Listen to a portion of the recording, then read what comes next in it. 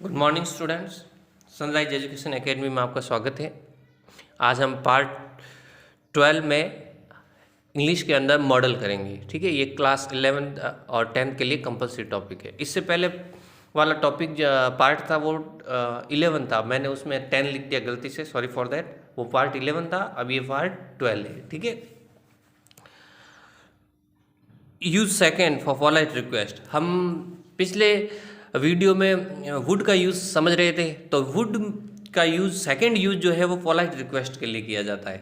ठीक है, अगर कहीं पे भी आपको विनम्र प्रार्थना नज़र आती है तो आप वुड का इस्तेमाल करोगे। जैसे would you please help me, क्या तुम मेरी मदद करोगे प्लीज़। ज़्यादातर इनमें प्लीज़ लगता है। Would you please do me A favour, क्या तुम मेरा समर्थन करोगे। ठीक है, अब आप कहोगे सर कुड का यूज़ भी पोलाइट रिक्वेस्ट के लिए होता है और वुड का भी, तो बिल्कुल सही है। पोलाइट रिक्वेस्ट के लिए आप कुड का भी इस्तेमाल कर सकते हो, वुड का भी कर सकते हो, दोनों सही है। ठीक है, यहाँ could you please help me लिखोगे तो भी सही है, और could you please do me A favour लिखोगे तो भी सही है। ठीक है, अब यूज़ थर्ड, वुड का यूज़ थर्ड है फॉर पास्ट हैबिट। पास्ट भूतकाल में अगर कोई आदतन काम आप रोजाना करते हो तो पास्ट हैबिट के लिए वुड का इस्तेमाल किया जा सकता है कि भूतकाल में आप कोई काम डेली हैबिट से करते थे। जैसे इन माई विलेज, मेरे गांव में, we would play chess hours together, कि मेरे गांव में हम जो है शतरंज कई घंटों तक लगातार साथ साथ खेलते थे। ठीक है, वी वुड प्ले यानी हम खेलते थे, चेस यानी शतरंज, आवर्स घंटों तक साथ साथ खेलते थे। I would play football hours together in summer vacation, गर्मी की छुट्टियों में मैं घंटों तक साथ साथ, ठीक है, फुटबॉल खेला करता था। यानी कुल मिला के अगर आपकी भूतकाल की कोई आदत बतानी है जो भूतकाल में आपके साथ घटित हो चुकी है तो आप वुड का इस्तेमाल कर सकते हो। ठीक है, और एक चीज़ मैंने बताई थी, मॉडल के बाद हमेशा वर्ब की फर्स्ट फॉर्म आएगी, ये आप थोड़ा ध्यान रखना। केवल एक सेंस में, पैसिव वॉइस में अगर मॉडल को लिखते हैं तो उसमें बी के बाद में थर्ड फॉर्म लगानी पड़ती है। ठीक है, अब देखो 7th मॉडल है सेल। सेल का इस्तेमाल कहाँ किया जाता है? Use first, it is used with first person. इसका इस्तेमाल फर्स्ट पर्सन के साथ ही होता है, और फर्स्ट पर्सन में कौन कौन आते हैं? आई और वी। आई और वी ये दो सब्जेक्ट है जो फर्स्ट पर्सन के अंदर आते हैं। ठीक है, तो फ्यूचर टेंस में जहाँ कहीं भी फर्स्ट पर्सन होता है, आई और वी, हम सेल का इस्तेमाल करते हैं। और ये तो आपने टेंस में भी सीखा होगा कि सेल का इस्तेमाल आई और वी के साथ होता है। जैसे आई शैल डू इट, मैं इसे करूँगा। आई शैल गो देयर, मैं वहाँ जाऊँगा। ठीक है, तो फ्यूचर टेंस में आई और वी के साथ जनरली हमेशा सेल का प्रयोग होता है। अब आजकल लोग जो है आई और वी के साथ विल का इस्तेमाल कर रहे हैं स्पोकन इंग्लिश के अंदर, तो वो भी सही है। वो सही इसलिए है क्योंकि कुछ कंडीशन में आई और वी के साथ में आप जो है विल का इस्तेमाल कर सकते हो, लेकिन हर कंडीशन में आई और वी के साथ विल का इस्तेमाल नहीं होता है। जो सामान्य वाक्य होते हैं उसमें हमेशा सेल का ही इस्तेमाल होता है। तो देखो हमेशा ध्यान रखना, कहीं पे भी फर्स्ट पर्सन में आई और वी हो तो आप इंग्लिश में क्या लगाओगे? सेल लगाओगे। ठीक है, अब यूज सेकेंड। यूज सेकेंड क्या कहता है? It is used with second and third person in some condition. आप चाहो तो सेल का इस्तेमाल जो है सेकेंड व थर्ड पर्सन के साथ भी कर सकते हो। जैसे हमने विल में सीखा था कि विल का इस्तेमाल सेकेंड व थर्ड पर्सन के साथ ही होता है, लेकिन कुछ कंडीशन में फर्स्ट पर्सन के साथ भी होता है। उसी तरह सेल का है, सेल का इस्तेमाल सेकंड व थर्ड के साथ फर्स्ट पर्सन के साथ होता है, लेकिन कुछ कंडीशन में आप इसका इस्तेमाल सेकंड व थर्ड के साथ कर सकते हो। ठीक है, पर जनरली विल का इस्तेमाल सेकंड व थर्ड के साथ होता है और जनरली सेल का इस्तेमाल फर्स्ट पर्सन के साथ होता है। यह आपको याद रखना पड़ेगा। तो किन किन कंडीशन में हम जो है सेल को सेकंड व थर्ड पर्सन के साथ इस्तेमाल कर सकते हैं? तो पहला है डिटर्मिनेशन, दृढ़ संकल्प के अंदर, कि अगर कोई दृढ़ संकल्प वाला वाक्य हो तो हम सेल के साथ में सेकंड व थर्ड पर्सन के साथ में सेल लगा सकते हैं। जैसे you shall defeat him in this war, कि तुम इस युद्ध में उसको हरा दोगे। ये दृढ़ संकल्प है। तो दृढ़ संकल्प में वाक्य बोलने के लिए आप सेकंड व थर्ड पर्सन के साथ सेल का इस्तेमाल कर सकते हो। थ्रेटन, धमकी देते समय आप सेकंड व थर्ड पर्सन के साथ सेल का इस्तेमाल कर सकते हो। If you don't work here, यदि तुम यहाँ काम नहीं करते, यू शैल बी डिसमिस्ड, तुम्हें यहाँ से डिसमिस कर दिया जाएगा। तो धमकी के साथ भी सेकंड थर्ड पर्सन में सेल का इस्तेमाल किया जा सकता है, और दृढ़ संकल्प के साथ भी सेकंड व थर्ड पर्सन में सेल का इस्तेमाल किया जा सकता है। ठीक है, नेक्स्ट देखो, प्रॉमिस। कहीं पे भी वादा आ जाता है, प्रॉमिस आ जाता है, तो आप सेकंड व थर्ड पर्सन के साथ सेल का इस्तेमाल कर सकते हो। जैसे you shall have holiday tomorrow, कल तुम्हें छुट्टियां मिलेगी। ये एक तरह का प्रॉमिस है। बॉस, ऑफिस में बॉस ने कह दिया कर्मचारियों के कि कल तुम्हें छुट्टी मिलेगी, ये प्रॉमिस हो गया, ठीक है। You shall have holiday tomorrow. Command, command के लिए केवल सेल का इस्तेमाल होता है, विल का कमांड के लिए इस्तेमाल नहीं होता है। कोई आदमी खुद को कमांड नहीं दे सकता, ठीक है, वो हमेशा दूसरों को ही कमांड देगा। तो कमांड के लिए हमेशा सेल का ही इस्तेमाल होता है। जैसे you shall follow me in this mission, तुम इस मिशन में मुझे फॉलो करोगे। ये एक ऑफिसर की अपने सोल्जर को कमांड है, समझ में आया। तो कमांड के लिए आप जो है सेल का इस्तेमाल करोगे, ठीक है, सेकंड व थर्ड पर्सन के साथ में। जैसे यू शैल शूट हिम, तुम उसे शूट करोगे, तो ये भी एक कमांड है, ठीक है। तो इस पे भी सेल आया देखो, वरना यू के साथ तो विल आता है, क्या आता है, विल, लेकिन यहाँ पे क्या आया है, सेल। तो ये कुछ कंडीशन होती है, आपको याद रखना होगा कि कुछ कंडीशन में विल की जगह सेल चला जाता है और सेल की जगह विल चला जाता है। जैसे प्रॉमिस है, प्रॉमिस अगर फर्स्ट पर्सन के साथ हो तो विल आ जाता है, और यही प्रॉमिस अगर सेकंड और थर्ड पर्सन के साथ हो तो सेल आ जाता है। यानी ये दोनों अपना स्थान रिप्लेस कर लेते हैं। कुछ कंडीशन में सेल की जगह विल का यूज होता है और विल की जगह सेल का यूज होता है। ये आपको याद रखना पड़ेगा, किन किन कंडीशन में सेल का यूज होता है, किन किन कंडीशन में विल का यूज होता है, ठीक है।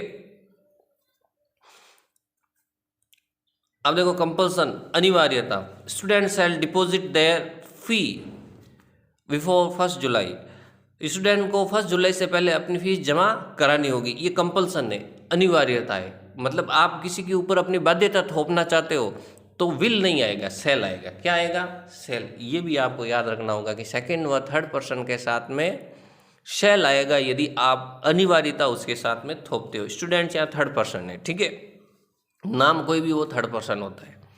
अब देखो शुड, शुड क्या है, should it is past form of sell, sell की पास्ट फॉर्म है। जैसे विल की पास्ट फॉर्म वुड होती है, उसी तरह सेल की पास्ट फॉर्म क्या है, शुड है, ठीक है। तो पास्ट फॉर्म में आप जो है शुड का इस्तेमाल कर सकते हो। जैसे राम, डायरेक्ट स्पीच में अगर लिखा हो Ram said you will write this letter, तुम इस लेटर को लिखोगे, तो अब आप इसको इनडायरेक्ट स्पीच में बोलोगे तो आपको उसको विल सेल की पास्ट फॉर्म्स वुड या शुड इस्तेमाल करनी पड़ेगी। विल की है वुड और सेल की है शुड, ठीक है। तो इसमें हो जाएगा राम सैड दैट, यू जो है वो राम के लिए आया है, ठीक है। तो राम के लिए आया, इसलिए राम सब्जेक्ट है जो किस में बदल जाएगा, आई में। यू किसके लिए आया, राम के लिए। तो राम यहाँ पे नाम है, sorry for that, Ram said you will write this letter. इसको वापस से देखते हैं, राम ने कहा तुम इस लेटर को लिखोगे। तो यू यहाँ पे किसी और के लिए आया है, राम के लिए नहीं आया है। यहाँ पे ऑब्जेक्ट के लिए आया है। किसके लिए आया है, ऑब्जेक्ट के लिए। ऑब्जेक्ट यहाँ पे है ही नहीं, ठीक है। राम सेड, आगे ऑब्जेक्ट है ही नहीं, you will write this letter, तुम इस लेटर को लिखोगे। तो जब ऑब्जेक्ट है ही नहीं तो हम उसको किसी में भी कन्वर्ट कर सकते हैं, आई, ही, सी, इट, पर यू में नहीं रखेंगे, ठीक है। तो राम सेड दैट, ठीक है, राम ने कहा कि आई, यू को हमने आई में कन्वर्ट कर दिया। आई के साथ आपको पता है सेल आता है, क्या आता है, सेल। तो अब हिसाब से यहाँ आना चाहिए I shall write this letter, I shall write this letter. परंतु डायरेक्ट स्पीच से जब इनडायरेक्ट स्पीच में हम चीज़ को बदलते हैं तो विल वुड में बदल जाता है और सेल शुड में बदल जाता है। इस हिसाब से यहाँ सेल आना चाहिए था और वो सेल किस में बदल गया है, शुड में बदल गया। किस में बदल गया है, शुड में। तो आपको ये ध्यान रखना है, सेल की पास्ट फॉर्म शुड है और विल की पास्ट फॉर्म वुड है। कोई दूसरा सब्जेक्ट होता और उसके आगे विल आता तो हमें यहाँ पे वुड लिखना पड़ता, ठीक है। आगे देखो, for advice, you should help your brother. Advice में लिखा हुआ है कि सलाह देने के लिए आप शुड का इस्तेमाल कर सकते हो। शुड का एक यूज तो हो गया कि इसकी सेल की पास्ट फॉर्म है, जहाँ जहाँ सेल आएगा वहाँ शुड आएगा।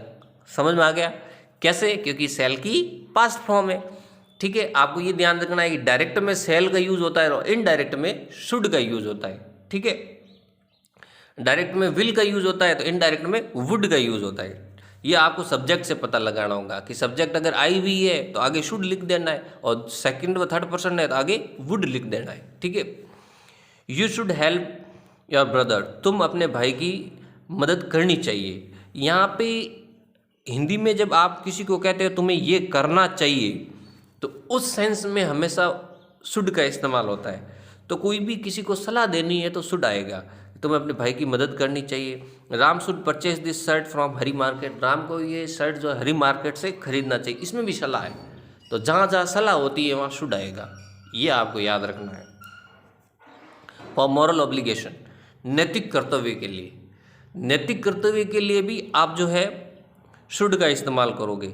मॉरल एप्लीकेशन यानी नैतिक कर्तव्य, कोई भी नैतिक चीज़, माता पिता का आदर करना, देश की सेवा करना, बड़ों का आदर करना, ये नैतिक चीज़ें हैं। जैसे you should obey your parents, तुम्हें अपने माता पिता की आज्ञा का पालन करना चाहिए। We should serve our country, हमें अपने देश की सेवा करनी चाहिए। तो ये एक तरह से क्या है,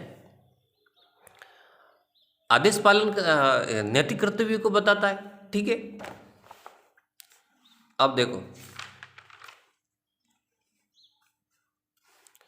मस्ट, यूज फर्स्ट, मस्ट का यूज कहाँ होता है? आपको आपको पता चल गया, शुड आया एडवाइस के लिए, मॉरल एप्लीकेशन के लिए और सेल की पास्ट फॉर्म के लिए। और मस्ट किसके लिए यूज होता है वो देखते हैं। मस्ट ज़्यादातर यूज होता है शुड को इंटेंसिफाई करने के लिए। मतलब अगर आप कोई काम इतना ज़्यादा ज़रूरी है किसी के लिए करना कि हम शुड नहीं लगाना चाहते हैं, मस्ट लगाना चाहते हैं, तो मस्ट का यूज़ होगा। कारण कि जब कार्य बहुत ज़्यादा नेसेसरी हो जाए, बहुत ज़्यादा ज़रूरी हो जाए, तो शुड को इंटेंसिफाई करने के लिए मस्ट का यूज़ होता है, ठीक है। जैसे आप किसी को कह रहे हो, सलाह दे रहे हो कि तुम्हें दवाई लेनी चाहिए, ठीक है, तो ये केवल सलाह है, लेकिन आप उस सलाह के पीछे उसके हित को भी बता रहे हो कि ये जरूरी है, दवाई नहीं लोगे तो तुम्हें बीमार पड़ जाओगे, तुम्हारी डेथ हो जाएगी। यानी आप कोई कार्य ये बताना चाहते हो कि ये कार्य बहुत ज़्यादा जरूरी है, तो उस कंडीशन में आप शुड का इस्तेमाल ना करके मस्ट का इस्तेमाल करोगे, ठीक है। भले वो सलाह हो, भले वो नैतिक कर्तव्य हो, अगर आपको सामने वाले को बताना है कि ये काम तो करना ही करना है, तो उस कंडीशन में आप मस्ट का इस्तेमाल करोगे। जैसे you must take this medicine, अब आपने सलाह नहीं दी, शुड नहीं लगाया, मस्ट लगाया, दवाई लेनी चाहिए टू गेट वेल सून, तुम्हें जल्दी ठीक होने के लिए दवाई लेनी चाहिए, कि बहुत ज़्यादा आवश्यक है, नहीं तो बीमार पड़ जाओगे। You must go there to help your brother in illness, तुम्हें अपने भाई की बीमारी में मदद करने के लिए जाना चाहिए। मतलब तुम्हारा भाई बीमार है तो जाहिर सी बात है उसकी मदद करनी चाहिए, बहुत ज़्यादा आवश्यक है ये। तो यहाँ सलाह के तौर पे शुड का इस्तेमाल ना करके किसका इस्तेमाल किया, मस्ट, बहुत ज़्यादा आवश्यक है, you must go there to help your brother. Of a compulsion, बाध्यता ज़्यादातर नियमों से जुड़ी, जब हम गवर्नमेंट कोई नियम बनाती है या राज्य सरकार कोई नियम बनाती है या ट्रैफिक वाले कोई नियम बनाते हैं, तो कानून से संबंधित कोई भी चीज़ है वो हमारे लिए बाध्यता है, हमें कानून के नियमों का पालन करना होता है। तो उस कंडीशन में वो बाध्यता बताने के लिए भी मस्ट का प्रयोग होता है। जैसे ट्रैफिक रूल्स को हमें फॉलो करना चाहिए, बिल्कुल ये बाध्यता है हमारे लिए, कि नियम है ये तोड़ नहीं सकते, you must follow traffic rules, ठीक है। He must walk in left side of road, उसे सड़क के बाईं तरफ चलना चाहिए, ठीक है। तो बिल्कुल सही है, सड़क के बाईं तरफ ही चलना चाहिए, दाईं तरफ तो चलोगे तो एक्सीडेंट हो जाएगा। तो you must walk in left side of road, left का मतलब बायां होता है और राइट का मतलब दायां होता है। ऑन पेमेंट, पेमेंट का मतलब पगडंडी, जहाँ पे पेमेंट यानी वो स्थान जहाँ पे व्हीकल ना चले, क्योंकि सड़क पर तो व्हीकल चलते हैं, एक साइड में पगडंडी छुटी रहती है, उसे पेमेंट बोलते हैं। एक मस्ट का इस्तेमाल मैं आपको जनरल बताता हूँ। कहीं पे भी अगर आप ये देख लेते हो कि 90% संभावना है, 90 से 100% कि ये काम हो ही जाएगा,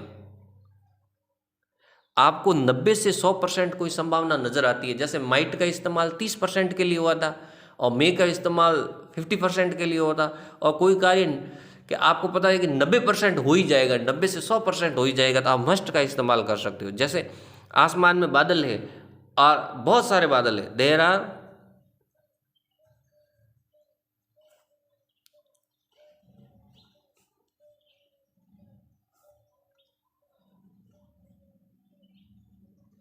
there are so many clouds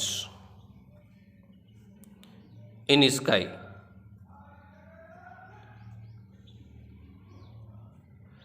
it must rain today.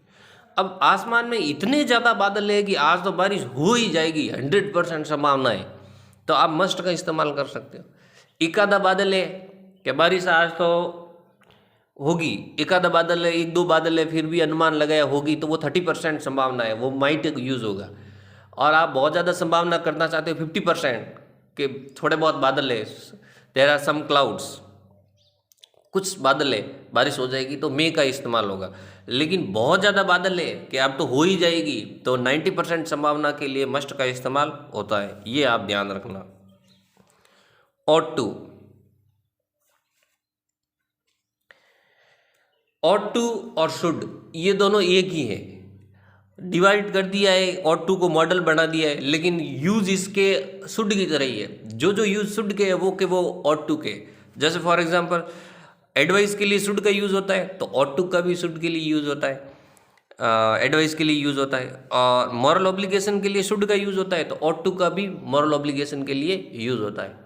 बस शुड का एक अतिरिक्त यूज़ और है, और वो है कि शुड का इस्तेमाल कहाँ होता है, सेल की पास्ट फॉर्म के तौर पे, और ought to का इस्तेमाल केवल एडवाइस और मॉरल ऑब्लिगेशन के लिए होता है। कोई सलाह देनी है तो आप शुड का भी इस्तेमाल कर सकते हो, ought to का भी इस्तेमाल कर सकते हो। मॉरल ऑब्लिगेशन नैतिक कर्तव्य है, तो आप शुड का इस्तेमाल कर सकते हो और ought to का इस्तेमाल कर सकते हो। दोनों सही है, गलत नहीं होगा। एग्जाम में दो ही ऑप्शन हो, या तो शुड देगा या ought to देगा, क्योंकि उसे पता है कि एडवाइस और मॉरल ऑब्लिगेशन दोनों के लिए ought to का इस्तेमाल होता है। जैसे सलाह दी, you ought to obey your parents, तुम्हें अपने मम्मी पापा का आज्ञा का पालन करना चाहिए। सी ought to go to school in time, उसे समय पे स्कूल जाना चाहिए, ये सलाह है, तो ought to इस्तेमाल कर सकते हो शुड की जगह। फॉर मॉरल ऑब्लिगेशन, नैतिक कर्तव्य के लिए भी आप शुड का इस्तेमाल कर सकते हो, और ought to का भी इस्तेमाल कर सकते हो। जैसे Ram ought to serve his motherland, राम को अपने मातृभूमि की सेवा करनी चाहिए, ought to। यहाँ पे आप शुड लगाओ तो भी गड़बड़ नहीं होगा, एकदम सही होगा, Ram ought to serve his motherland. You should serve his motherland, you should obey your parents, मतलब शुड की जगह ought to लगाओ, सिमिलर, इन दोनों के यूज सिमिलर है। एक एक्स्ट्रा यूज शुड का यही है कि ये सेल की पास्ट फॉर्म है, बाकी शुड और ought to दोनों सेम है। तो इसी के साथ 10 मॉडल आपके कंप्लीट हो गए हैं। अब जो है 11th और 10th को मैं अलग अलग इंग्लिश पढ़ाऊंगा। कारण क्या है, अब तक मैंने 4 टॉपिक जो क्लियर किए, पहला टेंस, दूसरा क्लॉज, तीसरा पैसिव वॉइस, चौथा मॉडल, ये चारों टॉपिक जो थे 10th में भी थे, 11th में भी थे। लेकिन अब आगे आने वाले जो टॉपिक होंगे वो दोनों क्लासों में अलग अलग होंगे, क्योंकि वो चैप्टर भी हो सकते हैं और वो ग्रामर के दूसरे टॉपिक भी हो सकते हैं, वो दोनों क्लासों में अलग अलग है। ठीक है, अब तक सेम थे तो मैंने सेम वाले टॉपिक पहले करा दिए। ठीक है, अब थोड़ी एक्सरसाइज देख लेते हैं कि हमने 4 टॉपिक किए, उनकी एक्सरसाइज देखते हैं कि चारों टॉपिक में आपकी पकड़ कितनी है। जैसे पहला टॉपिक हमने क्या किया था, टेंस किया था, तो टेंस में देखता हूँ आपकी पकड़ बताओ। Ram to Jaipur tomorrow, tense भरो, देखिए खाली जगह भरो टेंस की यहाँ पे, कि राम जो है कल जयपुर जाएगा। टुमारो, टुमारो किस टेंस को रिप्रेजेंट करता है, फ्यूचर सिंपल टेंस, और फ्यूचर सिंपल टेंस में वर्ब की कौन सी फॉर्म आती है, फर्स्ट फॉर्म। तो क्या हो जाएगा, Ram will go, Ram will go to Jaipur tomorrow. तो आपको समझ में आ गया कि हमें जो है टाइम एक्सप्रेसिंग वर्ड टुमारो से देख के हमने पता लगा लिया कि इसमें कौन सी टेंस आएगी, कौन सी वर्ब आएगी। तो ये टाइम एक्सप्रेसिंग वर्ड का आप थोड़ा ध्यान रखना। ठीक है, अब देखो अगले वाले सेंटेंस में नॉट और डू, खाली जगह में नॉट और डू भरना है, यानी जो वाक्य आप भरोगे वो नेगेटिव होना चाहिए और वर्ब उसमें डू दे रखी है, नेगेटिव भरना है। तो ये तो हमें पता चल गया वाक्य नेगेटिव है। अब टेंस कौन सा है, तो हमने यहाँ पे Suman here her work yet, yet से पता लगा लिया। येट यहाँ टाइम एक्सप्रेसिंग वर्ड है जो क्या इंडिकेट करता है कि यह प्रेजेंट परफेक्ट टेंस का सेंटेंस है। किस टेंस का सेंटेंस है? प्रेजेंट परफेक्ट, क्योंकि यट प्रेजेंट परफेक्ट टेंस में आता है। ठीक है, तो यहाँ हो जाएगा सुमन, और प्रेजेंट परफेक्ट टेंस के फॉर्मूले में हैज़ हैव प्लस वर्ब की थर्ड फॉर्म होती है। तो सुमन हैज़ और वर्ब की थर्ड फॉर्म, डू की थर्ड फॉर्म क्या हो जाएगी? डन। तो यहाँ नॉट लगा दो क्योंकि नेगेटिव सेंटेंस है। Suman has not done her work yet, Suman ने अभी तक अपना काम नहीं किया। तो कितनी आसानी से हमने इनके टेंस को पकड़ लिया। पहले में टुमारो से पता लगा लिया कि ये फ्यूचर सिंपल टेंस का है, इसमें येट से पता लगा लिया कि ये प्रेजेंट परफेक्ट टेंस का है। अब भरनी हमें हेल्पिंग वर्ब और मेन वर्ब थी, तो इसमें हेल्पिंग वर्ब विल थी, इसमें गो मेन वर्ब गो थी, इसमें हेल्पिंग वर्ब हैज हैव थी, मेन वर्ब डन थी, और नेगेटिव था इसलिए नॉट लगा दिया। अब देखो अगले वाले वाक्य में Geeta food while her brother cricket, तो आपको खाली जगह पहली में मेक भरना है और दूसरी में प्ले भरना है। बताओ देखे क्या आएगा। तो हमें पहले टेंस को पकड़ना होगा। वाइल किस टेंस में आता है बताओ देखिए। वाइल आता है पास्ट कंटिन्यूअस टेंस में, कि जब दो काम एक साथ हो रहे हो तो उसे वाइल से कनेक्ट किया जाता है। ठीक है, तो पास्ट कंटिन्यू में दो काम एक साथ हो रहे थे, तो पहले में हो जाएगा गीता वाज मेकिंग, पहले में हो जाएगा गीता जो थी वो खाना बना रही थी, और दूसरे में हो जाएगा while her brother was playing, उसका भाई जो है वो क्रिकेट खेल रहा था। आइडिया लगा? क्योंकि वाइल का यूज आपके पास्ट कंटिन्यूस टेंस में होता है और दोनों ही तरफ जो है पास्ट कंटिन्यूस टेंस आएगा। ठीक है, तो was making subject plus was verb plus verb की फोर्थ फॉर्म, और दूसरी तरफ भी पास्ट कंटिन्यू आएगा वाज वर्ब प्लस वर्ब की फोर्थ फॉर्म। ठीक है, अब fill in the blanks with suitable conjunction. अब दूसरे टॉपिक में चलते हैं। दूसरा टॉपिक हमने क्लोज का कराया था, तो क्लोज वाले में कुछ समझते हैं कि सुटेबल कंजक्शन भरो। I saw a man you beat yesterday, मैंने एक आदमी को देखा तुमने उसको पीटा। तो विच और हुम में क्या आएगा? विच तो आ ही नहीं सकता, कारण विच का इस्तेमाल पर्सन के लिए होता ही नहीं है। पर्सन के लिए इस्तेमाल हमेशा किसका होता है? हु या हुम का या हुज का। ठीक है, तो विच यहाँ पे कैंसिल हो गया। आई सॉ ए मैन, मैंने एक आदमी को देखा। आदमी यहाँ पे पर्सन है। ठीक है, लिविंग थिंग है, और पर्सन के लिए हमेशा हु हुम हुज का इस्तेमाल होता है। तो यहाँ हो जाएगा मैंने एक आदमी को देखा, ऑब्जेक्टिव केस में हुम। यू बीट हिम यस्टरडे, तुमने जिसको कल पीटा। इस दूसरे वाले सेंटेंस का ये ऑब्जेक्ट है, हुम यू बीट यस्टरडे। ठीक है, तो एग्जाम में दो ऑप्शन दे देगा, आपको दोनों में से एक सेलेक्ट करना है। तो बिल्कुल आसान है। आप पहले तो ये देखना कि वो नॉन लिविंग थिंग है कि लिविंग थिंग है कि पर्सन है। पर्सन हो तो आप हमेशा हु हुज और हुम को प्रेफर करना, और नॉन लिविंग थिंग या जानवर हो, ठीक है, तो आप विच, ऑफ विच और इसका विच का इस्तेमाल कर सकते हो, क्योंकि विच का नॉमिनेटिव केस भी विच होता है और ऑब्जेक्टिव केस भी विच होता है। ठीक है, join the sentence with given conjunction. अब इन कंजक्शन से आपको सेंटेंस को जोड़ना है, तो ये भी क्लॉज है। जब दो सेंटेंस साथ में जुड़े हो तो आप मान के चलना कि वो क्लॉज से कनेक्ट, क्लॉज वाले वाक्य है और वो कंजक्शन से जुड़े हुए हैं। तो Ram sleeps you watch TV there, Ram सोता है तुम वहां टीवी देखते हो, देयर। अब दोनों सेंटेंस को आपको वेयर से जोड़ना है। किससे जोड़ना है? वेयर से। तो मैंने आपको बताया था जब वेयर से किस सेंटेंस को जोड़ते हैं, हम उपवाक्यों को जोड़ते हैं, तो क्या होता है? स्थान हट जाता है। तो और दोनों वाक्य में स्थान क्या है? देयर है, तो यहाँ देयर हट जाएगा। Ram sleeps where you watch TV. ठीक है, अगले तो it is time I shall go to Bikaner then, यही समय है मैं बीकानेर, तब मैं बीकानेर जाऊंगा। तो देन या तब को रिप्रेजेंट कर रहा है, टाइम को रिप्रेजेंट कर रहा है। अब व्हेन से इसे जोड़ना है तो देन को हटा दो। It is time when I shall go to Bikaner. जब दो वाक्यों को जोड़ना है वेयर से तो स्थान हटा दो, व्हेन से जोड़ना है तो क्या हटा दो? टाइम हटा दो। अब देखो make passive voice. Passive voice हमने तीसरा टॉपिक किया था पैसिव वॉइस का। तो पैसिव वॉइस के भी एग्जाम में सवाल आते हैं, जैसे Ram will try it, Ram इसे ट्राई करेगा। तो फ्यूचर सिंपल टेंस के पैसिव का फॉर्मूला क्या होता है पता है? फ्यूचर सिंपल टेंस के पैसिव का फॉर्मूला होता है object plus will shall plus be plus verb की third form plus by plus subject. तो ऑब्जेक्ट क्या है? इट, तो इट लिख दिया पहले, विल सेल में से आ गया विल, फिर बी, फिर वर्ब की थर्ड फॉर्म, ट्राई की थर्ड फॉर्म क्या होगी? Tried bye Ram. ठीक है, आपको पैसिव वॉइस के सारे फॉर्मूले याद करने पड़ेंगे तो आप कोई भी सेंटेंस कर सकते हो। अब कई बार एग्जाम में पैसिव वॉइस इस टर्म में पूछ लिया जाता है, खाली जगह भरो कि fill in the blanks with suitable passive voice form. तो आप पैसिव वॉइस सुटेबल फॉर्म में भरना है तो पहले आपको टेंस पहचानना पड़ेगा। तो देखो the room, by, Ram. The room से हमें पता चल गया कि ऑब्जेक्ट पहले आ गया, बाय यहाँ पे आ गया, राम यहाँ आ गया। तो बाय प्लस सब्जेक्ट ज़्यादातर पैसिव वॉइस में ही आते हैं।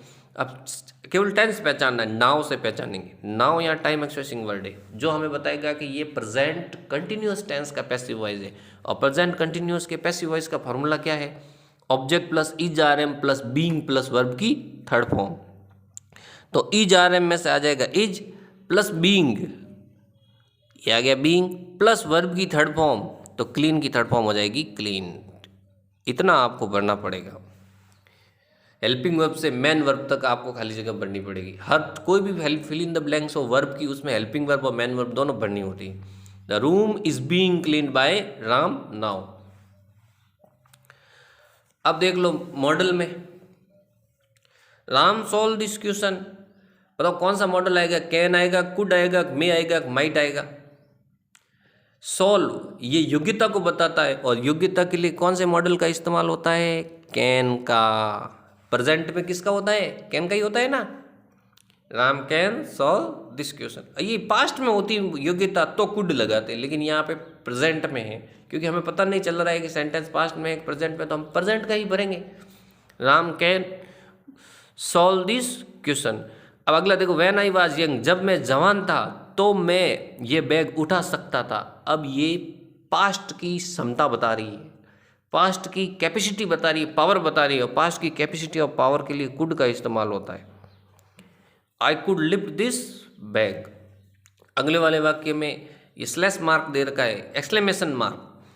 ये एक्सक्लेमेशन मार्क जो है ये ज़्यादातर ऑप्टेटिव सेंटेंस में आता है। किस सेंटेंस में आता है? Optative sentence. और ऑप्टेटिव सेंटेंस में आपको पता है मे का इस्तेमाल होता है। You live long, may you live long, भगवान करे तुम लंबे समय तक जियो। तो ये ऑप्टेटिव सेंटेंस है। इच्छाबोधक वाक्यों में ये ऐसा मार्क आता है पीछे, ठीक है, एक्सक्लेमेशन मार्क पीछे की तरफ। There is a cloud in sky, आसमान में केवल एक ही बादल है। अब सोचो, देखिए मैंने आपको बताया था बहुत कम संभावना में माइट का, उससे ज़्यादा संभावना मे का, सबसे ज़्यादा में मस्ट का। तो यहाँ क्या आ जाएगा? ए cloud in sky so it must, संभावना थोड़ी ज़्यादा हो गई। इट मस्ट रेन टुडे, आज बारिश हो सकती है। तो इस तरीके से आपका आज का पार्ट हुआ फिनिश। अब हम जो है 11th और 10th के लिए अलग अलग टॉपिक करेंगे। ओके।